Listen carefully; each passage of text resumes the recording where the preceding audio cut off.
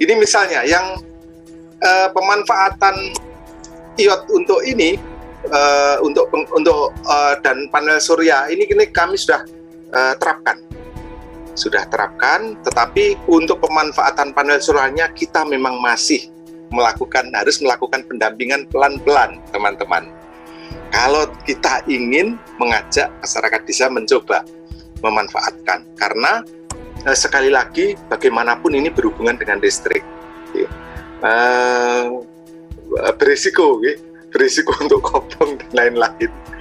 Nah ini sekilas ini nanti kami bisa share tentang itu. Nah ini peluang penggunaan iot ini lebih mudah, teman-teman. Pengalaman kami penerapan iot ini tertunjang oleh bertambahnya masyarakat yang berlangganan internet untuk menunjang pendidikan anaknya. Nah ini kemudian itu tadi lebih murah sekarang. Kemudian pandemi ini meningkatkan penggunaan smartphone. Orang tua yang dulu hanya menggunakan untuk komunikasi saja, itu sudah mulai terbiasa mengetahui bahwa ternyata penggunaan smartphone itu bisa bermacam-macam begitu. Bisa bermacam-macam. Nah, jadi ketika kita kenalkan dengan iot, maka mereka mudah untuk menggunakan ya. Nah, iot dapat menyimpan pengaturan, ini kelebihannya lagi.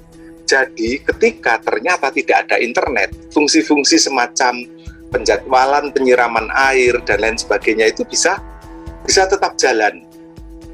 Bisa tetap jalan.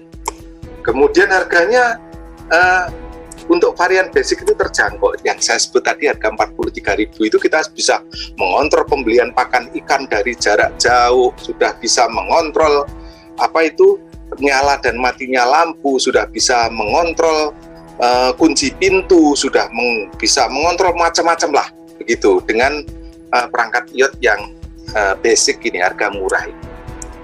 Ya, hanya perlu pengetahuan masyarakat tentang nama-nama komponen. Ini pengalaman kami. Kalau kita ingin menyebarluaskan pemanfaatan internet, baik itu intranet itu maksudnya apa ya? Jaringan tetapi tidak harus berhubungan dengan global. Misalnya satu desa gitu Pak Suryo, itu bisa kita menggunakan iot. Karena cukup dengan LAN saja, local area network, iot itu bisa dikendalikan, bisa difungsikan, bisa difungsikan.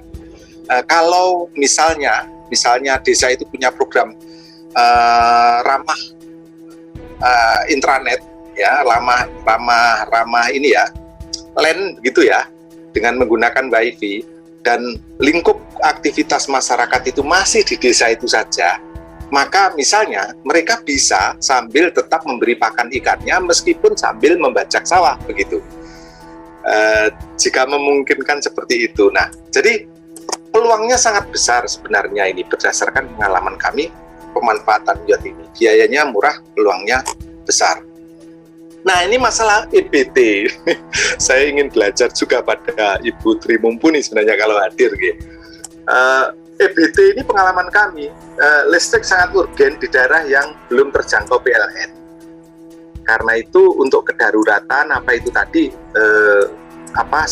sangat perlu di tempat bencana di mana listrik terpaksa harus sering dimatikan misalnya. Ini perlu. Nah, khusus untuk EBT listrik, saya khususkan EBT listrik, termasuk di dalamnya PLTS yang banyak kami terapkan. Ini masyarakat desa masih lebih menghitung nilai ekonomi, ini terus terang, Bapak Ibu. Karena untuk PLTS ini masih mahal, terutama di baterai. Ya, masih mahal untuk di baterai. Jadi kita ajak untuk bicara bahwa ini mengurangi pencemaran dan lain sebagainya. Nah, ini masih terkendala oleh baterai. Karena itu pengalaman kami sifatnya masih itu tadi, bisa dilakukan untuk kegiatan kolektif, kemudian penyaluran bantuan berupa sarana begitu.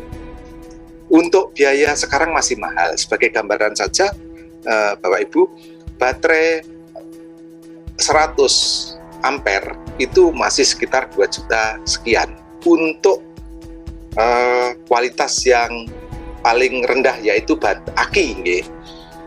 Kualitas yang paling baik itu baterai lithium, itu paling awet ya, usianya bisa sampai 7 tahun, tapi harganya lebih mahal untuk baterai lithium. Sementara aki jika benar itu usianya hanya sekitar 3-4 tahun. Nah untuk biogas kami baru dengar-dengar saja nggih dari teman-teman yang melaksanakan. Konon juga ada beberapa permasalahan, misalnya terkait dengan bahannya, sumber yang akan diproses, gitu. Tapi saya tidak bisa cerita, saya bukan pelaku. Nah, ini urgensi ini yang perlu kita perjelas, kemudian barangkali nanti itu ada semacam solusi begitu, nggih. Misalnya kendala tentang peralatan pembangkit listrik sejauh ini masih mahal, nggih. Terutama baterai harganya mahal dan mudah rusak. Ini barangkali ke depan masih ada peluang jika industri baterai kita bisa tidak tergantung dari import. Karena bahan kita ini sebenarnya berlimpah, teman-teman. Konflik dengan pemodal yang terkenal hari ini, beritanya satelitnya beredar di Bali itu karena kayaknya kita ingin supaya produksi itu kita kuasai sendiri. Kemudian kendalanya lagi melibatkan ilmu khusus, teman-teman, untuk energi terbarukan yang listrik maksudnya, perlu energi khusus sehingga masyarakat umum hanya terbatas sebagai pengguna. Nah ini jika ada ya program pembelajaran terkait energi ini mungkin bisa kita prioritaskan untuk memberi pengetahuan agar masyarakat memiliki kemandirian, membangun sendiri. Karena pembeliannya sudah mudah, gitu, memerlukan standarisasi karena berisiko pada keselamatan. Ini yang kami cermati selama ini. Jadi teman-teman, kita harus standar betul mengajarkan terkait besarnya kabel dan lain sebagainya. Ini kalau kobong itu bisa sak desa kobong. Gitu, jadi standarisasi itu yang nanti yang perlu kita perhatikan. Ya, energi lain seperti kalori dari biogas, ya ini yang kami dengar saja terkendala kepraktisan, butuh proses untuk sampai memperoleh bahan bakar. Ini yang teman-teman yang berpengalaman mungkin nanti lebih bisa sharing. Pengelolaan limbah baterai masih belum maksimal. Ini yang menjadi kendala kami, sehingga saran yang kami atau yang kami terapkan saat ini adalah sistem 12 jam Pak Suryo Koco, di mana 12 jam itu tidak mengharuskan ada baterai. Jadi dari panel itu bisa langsung kalau siang hari menggerakkan apa saja yang diperlukan, gitu, nggih. Misalnya untuk menggerakkan pompa air, untuk menggerakkan ini bisa dilakukan siang hari tanpa baterai, dan itu penghematannya bisa sampai 50% sendiri biaya investasinya. Sementara seperti itu. Nah, yang sedang kami pikirkan saat ini peluang yang masih besar, teman-teman. Jadi yang kami tahu 3R di dalam pengelolaan sampah itu masih bersifat pencegahan. Sementara untuk penanggulangan gemeruduknya datangnya sampah itu masih memerlukan langkah-langkah pemusnahan. Salah satunya dengan pembakaran. Nah, dapatkah energi panas dari pembakaran itu dimanfaatkan, itu yang kami sedang belajar. Nah, tambahan lagi, PLTS itu teman-teman sebenarnya prinsip memulai dari kecil kemudian dikembangkan perlahan, itu yang paling aman untuk saat ini. Karena kecil itu berarti bisa segera produksi.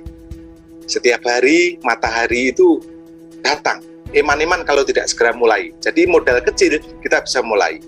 Kemudian yang kedua, modal kecil itu bisa aman, relatif aman sambil belajar. Karena kalau langsung besar resikonya ya sangat berbahaya. Tapi kalau sedikit ya nek kobong gitu paling sing kobong kabeli saja gitu. Sementara kalau besar bisa merembet pada yang lain-lain.